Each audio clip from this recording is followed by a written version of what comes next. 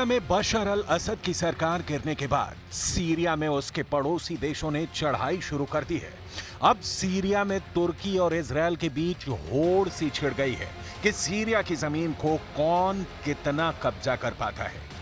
तुर्की और इजरायल दोनों एक दूसरे पर सीरियाई इलाकों पर कब्जा करने का आरोप लगा रहे हैं।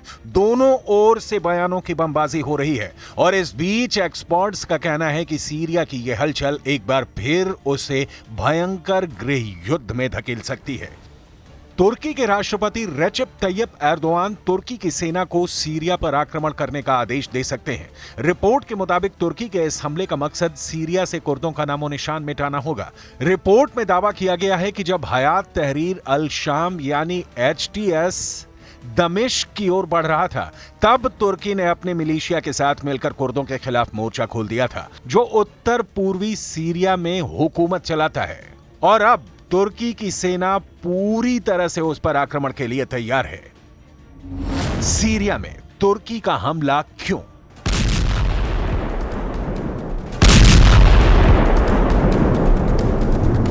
दमिश्क पर जुलानी का संगठन HTS काबिज हो चुका है। राष्ट्रपति असद के सत्ता से बेदखल होने के बाद HTS ने तुर्की और उसके मिलिशिया सीरियाई राष्ट्रीय सेना SNA के साथ हाथ मिलाकर कम से कम 3 जगहों पर कुर्दों के खिलाफ हमले तेज कर दिए।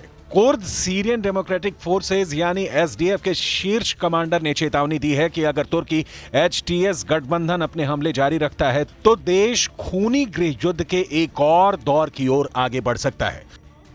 वॉल स्ट्रीट जर्नल ने अमेरिकी और कुर्दों के हवाले से एक रिपोर्ट छापी है, जिसमें बताया गया है कि तुर्की की सेना और मिलिशिया कुर्द नियंत्रित सीरियाई इलाके के साथ तुर्की की सीमा पर आक्रमण के लिए जुट गए हैं। सीरिया में इस्लामिक स्टेट के खिलाफ युद्ध में कुर्द बल अमेरिका के मुख्य सहयोगी रहे। हालांकि तुर्की सीरियाई कुर्दों को दुश्मन मानता है और SDF को कुर्द समूह PKK के बराबर मानता है, जिसे वो तुर्की के अंदर विद्रोह के लिए दोषी ठहराता है और एक आतंकवादी समूह मानता है। वर्षों से तुर्की AANES यानी कुर्दों के कब्जे को सीमित करना चाहता है और उन्हें तुर्की के बॉर्डर से दूर धकेलना चाहता है। इसीलिए सीरियाई कुर्दों पर हमला जारी है।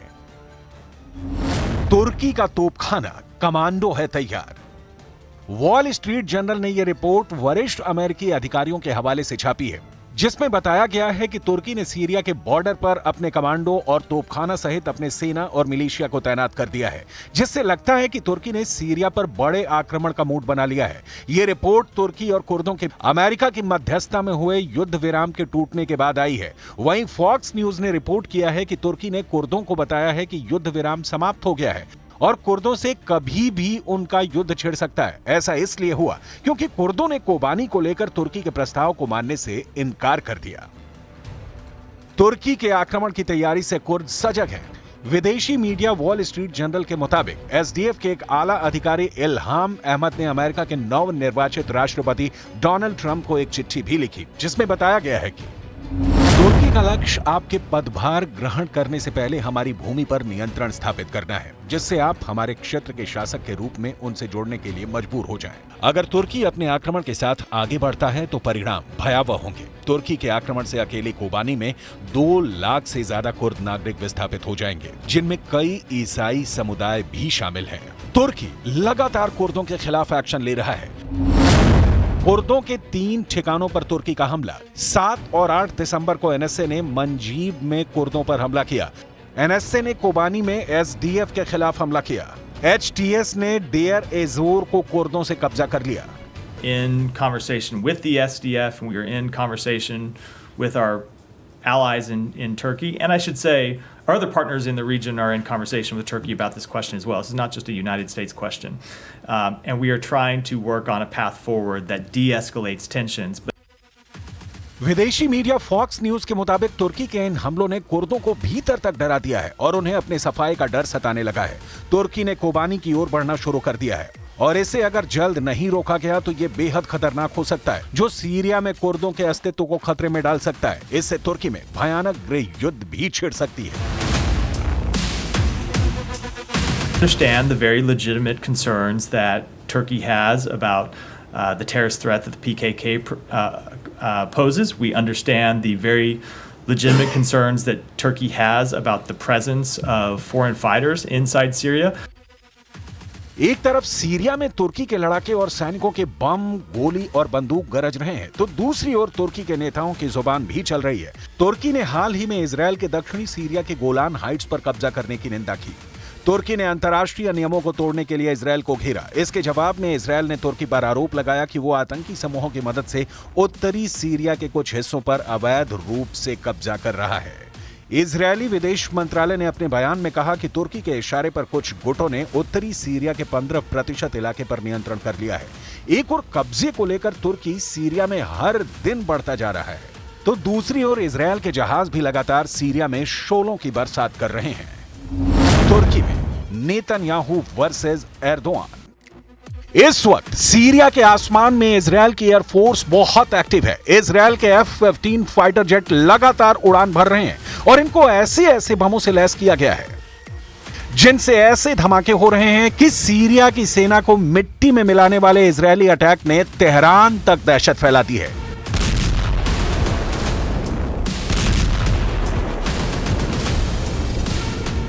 इन हमलों पर जुलानी की भी मुहर लग चुकी है, क्योंकि जुलानी ने ना इसका विरोध किया और ना ही इजरायल से युद्ध करने की ख्वाहिश जाहिर की है, बल्कि ईरान और हिजबुल्लाह को अपना सबसे बड़ा दुश्मन बता दिया है।